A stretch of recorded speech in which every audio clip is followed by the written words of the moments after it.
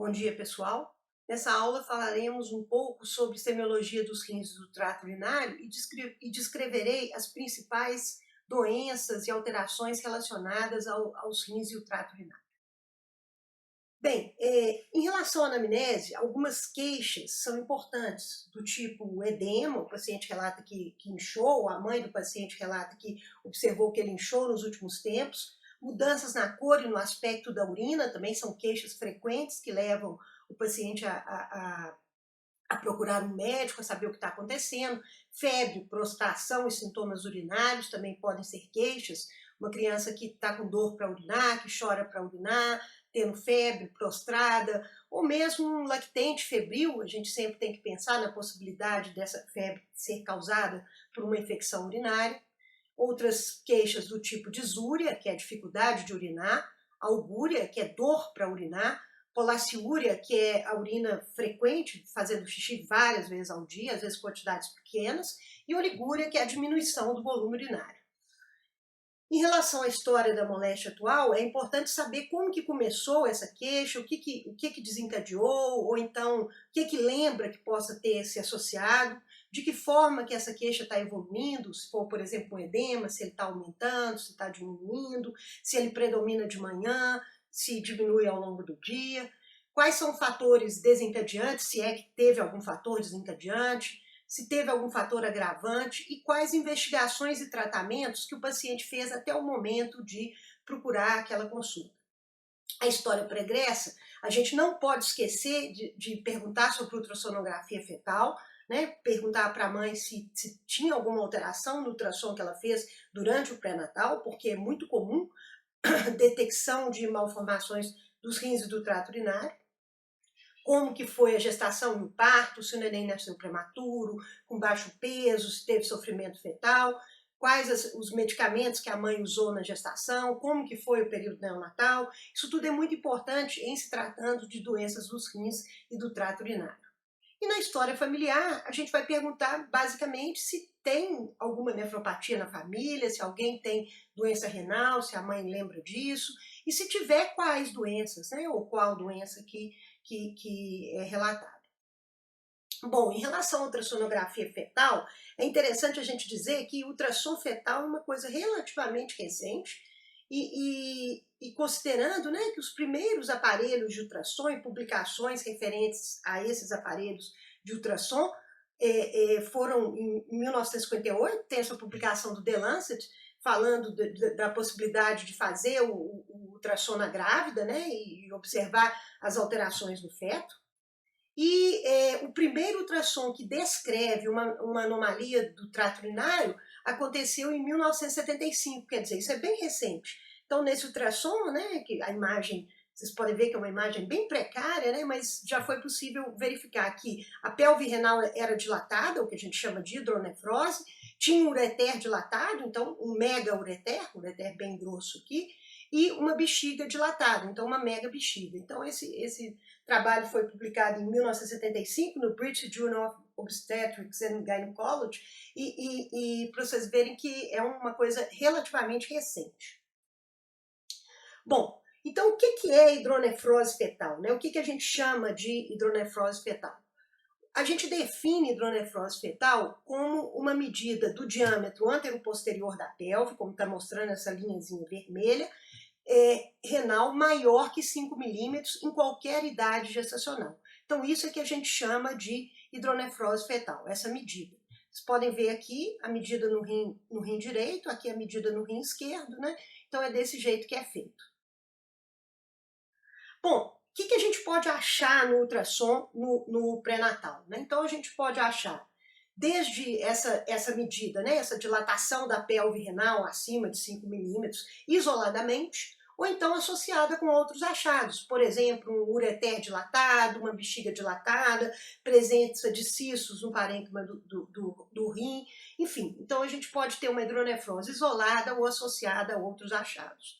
A gente também, no ultrassom pré-natal, pode fazer diagnóstico de doenças císticas renais, tanto a autossômica dominante quanto a autossômica recessiva, né, as doenças policísticas, autossômica dominante e recessiva, como também o rim displásico multicístico. Também podemos detectar genesia renal, quer dizer, não tem um rim, por exemplo, de um lado, não é visível, ou então uma hipoplasia renal, um rim muito pequenininho e hipodesenvolvido. Isso também pode ser detectado no ultrassom pré-natal. Então aqui, só para mostrar para vocês, né, como é que a gente pode ver no ultrassom pré-natal, um rim com a pelve bastante dilatada, os cálices bastante dilatados e um parênquima renal mais fininho, reduzido. Né? Então aqui mostrando uma imagem da bexiga fetal repleta de urina, então a gente consegue estudar bem os rins e o trato urinário no ultrassom fetal. Aqui mostrando, né, o rim direito com a pelve bastante dilatada, que chega num ureter mais fino, né? E o rim esquerdo também. Então, mostrando essa hidronefrose bilateral nos rins, com dilatação da pelve renal e também dos cálices renais, os cálices aqui mais dilatados. Aqui outros detalhes de ultrassom, né? Aqui a gente pode ver um rim esquerdo pequenininho, menor, e um rim direito enorme, cheio de dilatações, de porções, mostrando um parênquima completamente não formado, completamente alterado. Né? Então isso aqui seria esses cistos grandões, difusos e completamente caóticos, isso aqui seria o que a gente chama de um rim displásico multicístico. Isso tudo pode ser detectado no ultrassom fetal. Né? Então, aqui mostrando que não conseguiu visualizar o parênquima renal direito, né? um ultrassom bem sem definição, aqui idem, e aqui mostrando essa alteração, né? Um rim menorzinho e o outro completamente displásico. Bom, em relação ao exame físico, existem alguns sinais importantes, do tipo o rim palpável. Geralmente a gente faz a palpação bimanual do rim, e é raro que ele seja palpável. Às vezes ele é no período neonatal, mas a gente palpa só um pedacinho. Então, quando a gente tem um rim facilmente palpável, isso significa que ele está aumentado. Então, isso é um sinal de que há alguma alteração que eu devo investigar por meio de imagens. Uma bexiga palpável, a bexiga até pode ser palpável quando está cheia, a criança não urinou, mas se você palpa a bexiga, manda a criança urinar e ela volta, essa bexiga deixa de ser palpável. Então é importante a gente observar isso daí. A gente pode ter também um jato urinário fraco ou em gotas, se acontecer da criança urinar durante a consulta, dá para a gente observar isso. A gente pode ter alterações da genitália e da bexiga, né, que muitas vezes alterações da genitália se associam com malformações dos rins e do trato urinário. A gente pode detectar edema, pode verificar, por exemplo, às vezes a criança urina na consulta, a gente pode verificar alterações da cor e do aspecto da urina, então isso tudo pode aparecer. Aqui mostrando, né, gente, olha só, a bexiga visivelmente aumentada, né? Então o paciente provavelmente está com algum tipo de obstrução à drenagem da urina, que isso não é comum a gente ver essa bexiga visivelmente aumentada. Outra coisa extremamente importante no exame físico é o exame da coluna lombosacra, porque na coluna lombosacra a gente pode achar alterações do tipo aqui uma meningocele, aqui uma quantidade de pelos, aqui alterações cutâneas associadas a alterações da coluna, e essas alterações da coluna podem significar alteração também na inervação da bexiga, porque é na região lombosacra da coluna que saem os nervos que irão inervar a bexiga. E se houver alterações na inervação da bexiga, pode haver sim alterações de drenagem da urina, pode haver uma inervação anormal da bexiga, que é o que a gente chama de uma bexiga neurogênica, que não esvazia adequadamente. Então isso tudo é importante a gente observar no exame físico.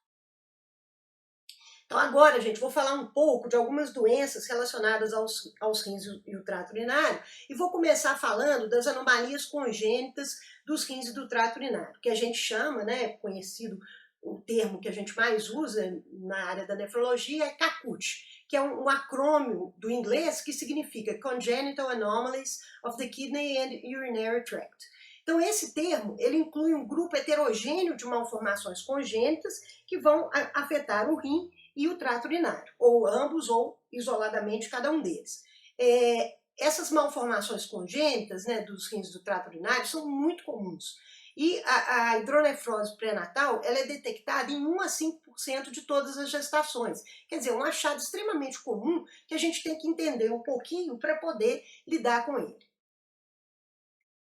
Dentro desse critério, né, de anomalias congênitas dos rins do trato urinário, a gente tem alguns diagnósticos. E a gente divide essas anomalias em 2 grandes grupos, as que são obstrutivas e as que são não obstrutivas. Dentro das obstrutivas, quer dizer, que causam obstrução ao fluxo da urina, ao fluxo normal da urina, a gente tem como a mais comum delas a obstrução da junção ureteropélvica, por isso que eu grifei. Depois a gente tem também a obstrução da junção ureterovesical, ureterocele ectópica, a válvula de uretra posterior, que nós vamos falar mais um pouco dela. Eu grifei essas duas, a primeira porque é a mais comum, que é a obstrução da junção ureteropélvica, e eu grifei a válvula de uretra posterior porque, apesar de não ser a mais comum, é a anomalia obstrutiva mais grave, a que mais frequentemente leva a uma doença renal crônica terminal, ao paciente necessitar de diálise e transplante no futuro. A síndrome de Prunibelli, a bexiga neurogênica e, muito raro, a atresia uretral, quer dizer, a uretra não se formou, ela é atrésica. Isso é extremamente raro. Bom, dentro das anomalias não obstrutivas do rim e do trato urinário, a mais comum delas é o refluxo vésico-ureteral, que eu também vou falar um pouquinho mais sobre essa anomalia. A gente tem também os megaureteres primários, que seriam um ureter dilatado, sem uma causa definida, aparente, mas que causa uma lentificação ao fluxo da urina, porém não obstrução. A duplicação do sistema excretor e ureter ectópico. Bom, como é que então é a apresentação clínica dessas malformações congênitas dos rins do trato urinário? O mais comum é um relato de um ultrassom fetal que a mãe fez durante a gestação alterado. E aí ela vai levar a criança para poder avaliar qual a malformação, o que tem que ser feito, qual que seria a conduta. Outra apresentação possível é um paciente que não foi bem abordado, né, logo que nasceu, e acabou que quando lactente fez um episódio de infecção urinária. E aí então esse paciente vai ao médico por causa daquele episódio de infecção urinária, está com febre, prostrado, essa infecção urinária detectada e depois pode ser feita uma investigação por imagens para tentar explicar se há algum fator predisponente a essa infecção urinária. Ou seja, ela foi um modo de revelar essa malformação. Outra possibilidade é a palpação do rim, né? Então, por exemplo, você pode palpar o rim ou ter uma bexiga palpável. Então, isso é um outro modo de apresentação, de verificar isso durante o exame físico. Alterações do jato urinário, né? Aquela criança que tem o jato fraco, que urina gotejado, isso pode ser um jeito de descobrir. E também as alterações da coluna lombosacra, como eu mostrei naquele slide anterior. Também pode ser um jeito da gente descobrir que há alguma alteração, investigar por imagens e aí fazer o diagnóstico de qual seria essa malformação dos rins do trato urinário. Bom, os principais fenótipos de Kakute, vamos dizer assim, os que eu acho que merecem algum destaque, que eu vou falar um pouco nessa aula, é a obstrução da junção ureteropélvica, a válvula de uretra posterior e o refluxo vésico-ureteral. Sobre a obstrução da junção ureteropélvica, ela comumente causa uma hidronefrose isolada e unilateral. Então é a forma de apresentação mais comum. Então aqui a gente vê uma pelve renal bem dilatada, muito mais do que 5 milímetros, que vai para um ureter fininho. Então tem uma obstrução aqui, o ureter está muito estreitado e, consequentemente, a pelve se dilata e não drena adequadamente a urina nesse ureter. Em geral, o que a gente tem são ureteres e bexiga normal no ultrassom fetal e o líquido amniótico também de volume normal. Porque, como é uma anomalia isolada e unilateral, o outro rim é absolutamente normal, vai formar a urina adequadamente, então o líquido amniótico não reduz de volume. Bom, como que pode ser então a apresentação clínica da obstrução da junção ureteropélvica? Pode ser através de um ultrassom fetal alterado, então uma hidronefrose fetal, ou um paciente que teve uma infecção urinária, tem um quadro de dor abdominal por causa daquele rim mais dilatado, né? Então podem ter essas diferentes apresentações clínicas. A obstrução da junção ureteropélvica é a causa mais frequente de Kakute com obstrução. Então, a causa obstrutiva mais comum de Kakute é a obstrução da junção ureteropélvica.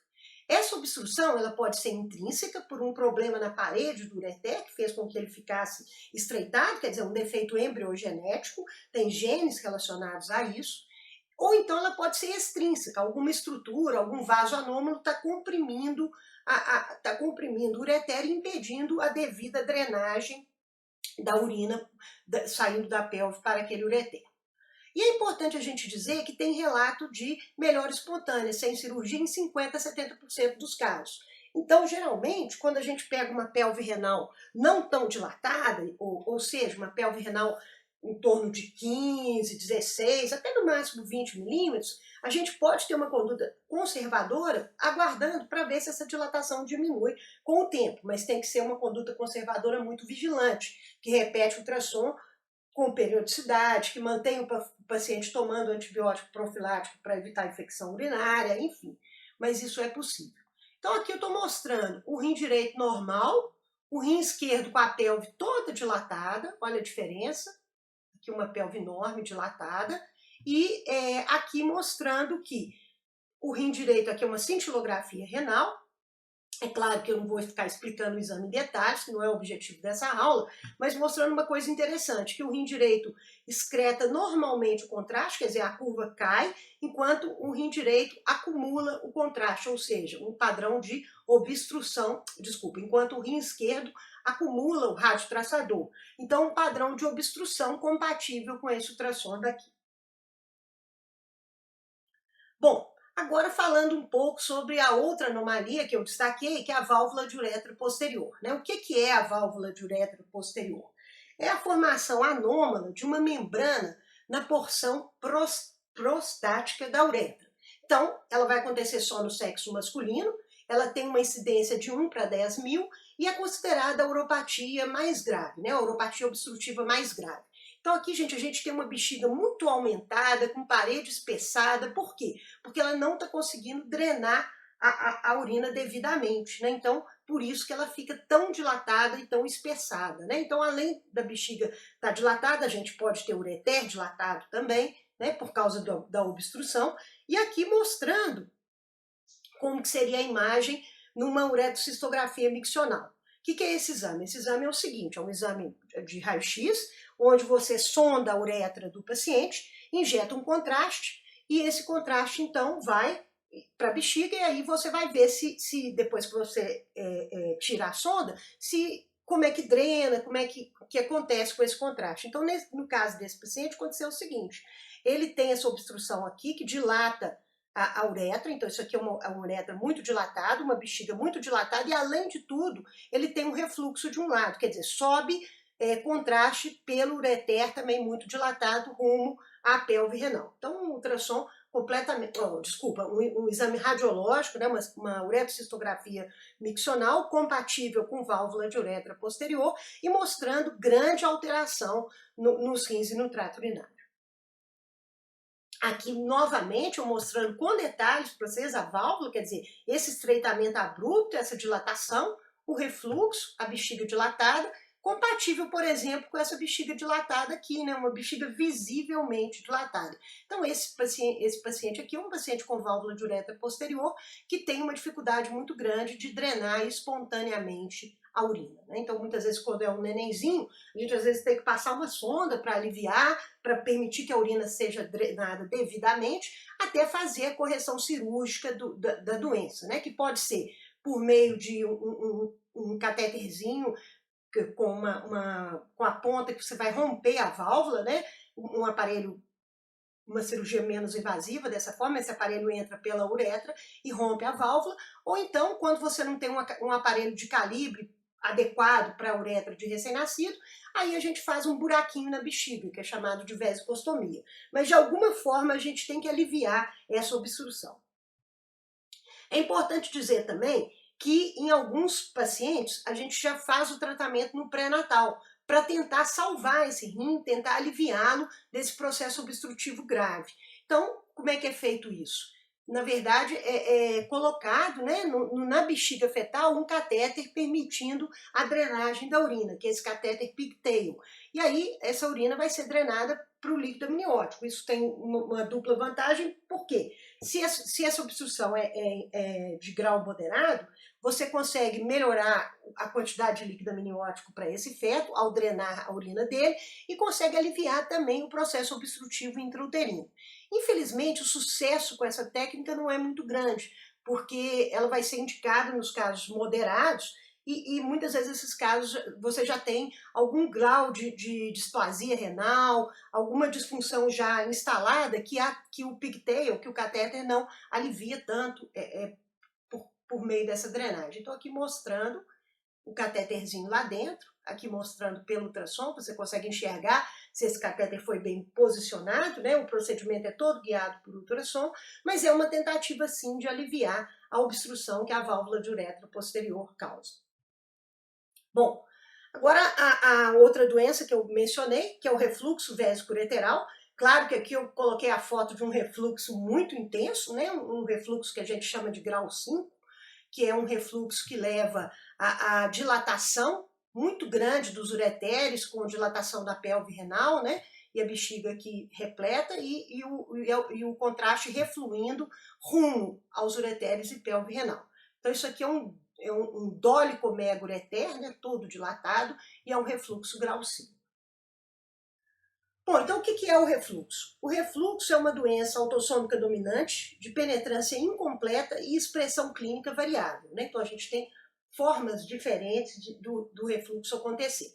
O que acontece basicamente é uma alteração na implantação do ureter dentro da bexiga, porque o ureter ele tem que percorrer um túnel submucoso na bexiga para quando a bexiga contrair, a urina não subir pelo ureter. É como se fechasse um esfíncter impedindo que a urina suba rumo ao ureter e saia pela uretra. Então isso é o fisiológico.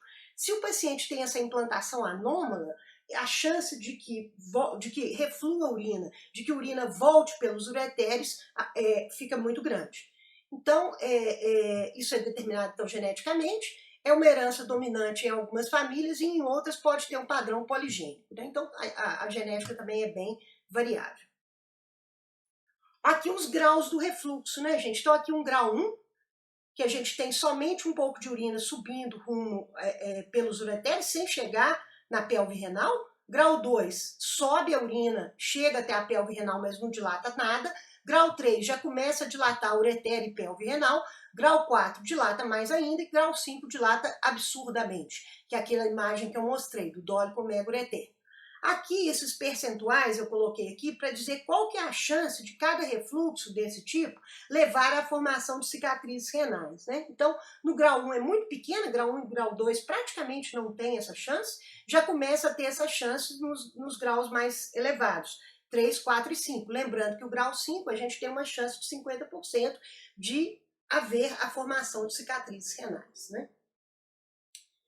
Bom, como é que é o tratamento, então, do refluxo? Né? Que a gente vai fazer com o paciente com refluxo? Como que a gente aborda?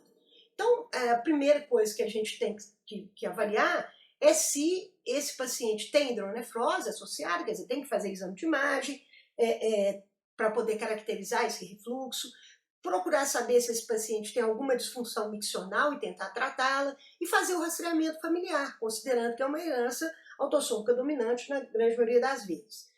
A admissão desse paciente, nós vamos fazer o exame físico completo, vamos fazer a avaliação laboratorial para ver se ele está com infecção urinária, se não está, e fazer a propedêutica de imagens. Não tem como escapar disso tudo daí. E aí, o que vai acontecer? Aí o que vai acontecer é o seguinte, esse paciente nós vamos mantê-lo com antibiótico profilático, quer dizer, nós vamos dar uma dose de antibiótico à noite, uma dose menor que a de tratamento. Claro, se ele não tiver uma infecção urinária naquele momento, nós vamos fazer isso para prevenir novas infecções. E vamos tentar tratar todas essas alterações associadas. É importante dizer que o tratamento do refluxo é um tratamento conservador. Muito raramente a cirurgia vai ser indicada. Por quê? Porque tem vários estudos mostrando que não faz diferença você operar um paciente, mesmo que tenha um grau tão acentuado como esse grau 5. Então, para evitar um procedimento desnecessário, o tratamento tende a ser conservador. A gente só vai indicar cirurgia quando o paciente está infectando muito, apesar do antibiótico profilático, ou seja, está tendo alguma complicação decorrente do refluxo, o que é extremamente raro. Bom, falar um pouquinho de infecção do trato urinário. As infecções urinárias, elas representam 20% das consultas pediátricas, constituindo-se em causas muito comuns de infecção, né? Então, daí a importância da gente ficar atento, ficar alerta para essa possibilidade. E a outra questão que é importante em relação às infecções do trato urinário, que elas podem indicar algo mais grave, elas podem indicar, por exemplo, uma uropatia obstrutiva, podem indicar uma válvula de uretra posterior, uma obstrução da junção ureteropélvica, enfim, pode indicar, ou um refluxo vésico-ureteral, né, que seria uma uropatia não obstrutiva, mas elas podem indicar que há uma malformação dos rins do trato urinário. E a gente tem que estar atento porque esses pacientes com malformações dos rins do trato urinário podem ter uma evolução futura com doença renal crônica, com hipertensão arterial, então a gente tem que estar atento à infecção dos rins do trato urinário. Ela pode ser apenas um ecofenômeno de algo mais importante, que é uma malformação dos rins do trato urinário.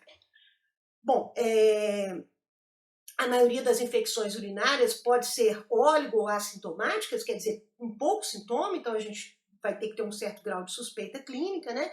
Ou então apresentar sintomas inespecíficos, o que dificulta o diagnóstico. Por exemplo, um bebê febril, um lactente febril, tem que investigar a possibilidade de infecção do trato urinário, caso o exame físico não dê nenhuma pista em relação à causa da febre, né? Então é importante que a gente tenha isso em perspectiva.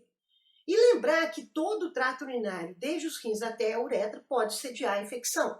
E em crianças, geralmente, a gente não tem uma infecção do trato urinário baixo localizada. A gente costuma ter uma infecção mais do trato urinário como um todo. Lembrar também dessa possibilidade. E os fatores que são considerados agravantes para a evolução da infecção urinária são, primeiro, a baixa idade. Quanto menor o paciente, a chance dessa infecção ser mais grave é maior. A virulência do germe, né, da bactéria, se for uma bactéria mais agressiva, a infecção vai ser mais grave, mas principalmente a infecção vai ser mais grave se não houver integridade do trato urinário, ou seja, em presença de malformações dos rins e do trato urinário, as infecções urinárias assumem maior gravidade. Bom, é interessante a gente dizer que nas crianças mais novas, a infecção urinária tem sintomas inespecíficos, febre, prostração, irritabilidade, baixo ganho de peso. Então, a gente vai suspeitar disso, nesses sintomas inespecíficos, e pedir exame de urina e urocultura, né? Tem que pedir. Nas crianças mais velhas, não. A gente já começa a ter queixas mais específicas, dificuldade, dor para urinar, né? Que a dificuldade é a disúria, a dor para urinar a albúria. Então, aí já vai aparecer esses sintomas mais específicos. Infecção do trato urinário alta, infecção do trato urinário baixa. Quer dizer, o que é infecção do trato urinário baixa? É a famosa cistite. E a infecção do trato urinário alto é a pielonefrite, né? Que é a infecção do parênquima renal, né? Do rim, propriamente dito. Em criança, principalmente criança pequena, a gente não consegue distinguir muito. Então a gente considera todas as infecções urinárias em criança pequena como infecção alta e trata como tal. Se a gente pegar adolescentes, aí já é mais fácil da gente identificar alguma cistite. Mas a conduta em geral em pediatria é a gente tratar como sendo uma infecção do trato urinário alta e, portanto, usar antibióticos por um período de 10 a 14 dias. A primeira infecção e as infecções recorrentes. A primeira infecção de um paciente tende a ser uma infecção mais grave, com mais sintomas. As infecções recorrentes costumam ser menos sintomáticas. Então, a gente deve estar atento quando tem um paciente, principalmente com uma malformação dos rins do trato urinário, de pedir alguns exames de urina de forma seriada, para ver se está havendo alguma infecção que está passando mais desapercebida. Bem, bacteriúria assintomática. Bacteriúria assintomática é conceituada como a detecção de bactéria no exame de urina e o paciente absolutamente assintomático. Bom, é muito difícil a gente fazer esse diagnóstico, por exemplo, numa criança pequena, né? Uma criança com menos de 7 anos de idade, é quase impossível de fazer esse diagnóstico. Por quê? Porque o relato de sintomas por essa criança é mais precário, ela às vezes não associa bem esses sintomas, não dá para confiar. Mas se você pegar uma criança maior, né, uma criança de idade escolar, um adolescente, aí a gente já consegue fazer esse diagnóstico de bacteriúria assintomática. Mas para fazer esse diagnóstico, a gente tem que ter certeza de que não tem sintoma nenhum mesmo, perguntar tudo, né? Se está fazendo mais xixi que o habitual, se está ardendo para fazer xixi, se está doendo, se não está conseguindo segurar o xixi, enfim. Tem que tentar caracterizar muito bem esse diagnóstico, o que às vezes em pediatria é mais complicado. Bom, dos dados de anamnese eu já comentei que a gente tem sintomas gerais e sintomas específicos, né? E o exame físico eu mostrei, né? A questão de examinar a coluna, palpar rim, palpar a bexiga, avaliar o estado geral, medir temperatura, lembrar, né, que todo paciente deve, né, principalmente que tem alguma alteração renal, a gente tem que medir a pressão arterial. Então, lembrar desses detalhes do exame físico que são importantes. Bom, existe uma propedêutica por imagens que é recomendada aos pacientes que têm uma infecção do trato urinário comprovado. Aqui eu coloquei o protocolo aqui da Unidade de Nefrologia Pediátrica do Hospital das Clínicas da UFMG, que é o seguinte: uma vez que haja uma infecção urinária comprovada, se for uma criança com menos de 2 anos de idade, é recomendado que a gente faça ultrassom e uretrocistografia miccional, tá? Então, eu tenho que fazer essa propedêutica, né? Uma vez tratada a infecção, eu vou fazer esses exames. Se ambos forem normais, eu vou tirar o antibiótico profilático, vai ficar sem antibiótico, vou apenas seguir o paciente. Se eu tiver a uretrocistografia miccional mostrando um refluxo, eu vou manter o antibiótico profilático, vou pedir uma cintilografia renal estática para ver se o paciente tem cicatriz renal. Se os dois exames, né, o ultrassom e a uretrocisto, mostrarem, o ultrassom mostrou que tem uma dilatação da pelve renal e a uretrocisto mostrou que não tem refluxo. Então eu tenho que investigar a causa dessa hidronefrose e ver se ela é obstrutiva ou não.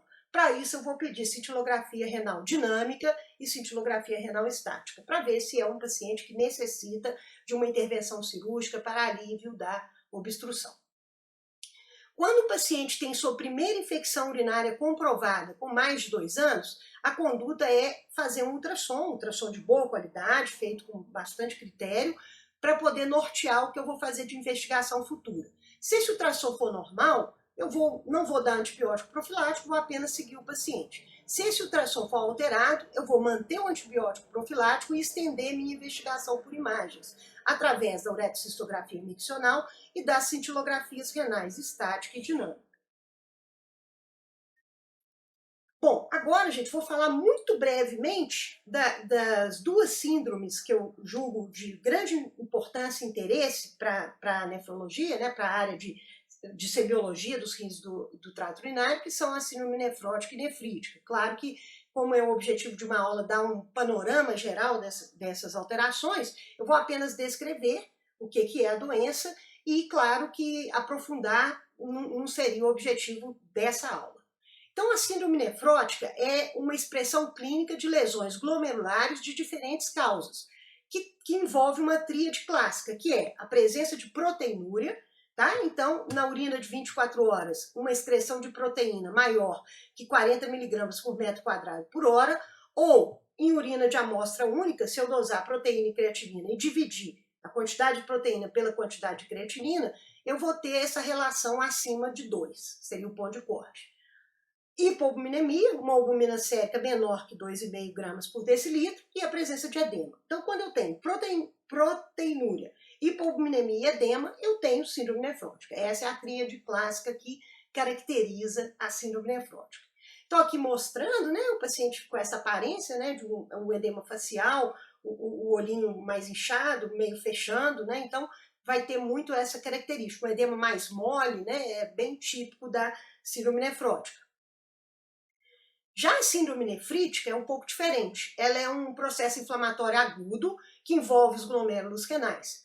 A glomerulonefrite difusa aguda é o exemplo clássico da síndrome nefrítica aguda, né?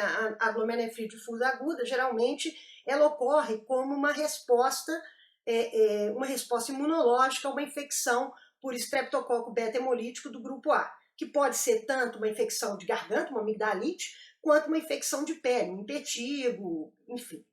A síndrome nefrítica é um conjunto de sinais e sintomas que é caracterizado por hematúria, quer dizer, presença de sangue na urina, então uma urina vermelha, uma urina escura, que às vezes, né, o paciente ou os pais relatam, presença de edema, um edema um pouco diferente do da síndrome nefrótica, um edema um pouco mais duro, e hipertensão arterial.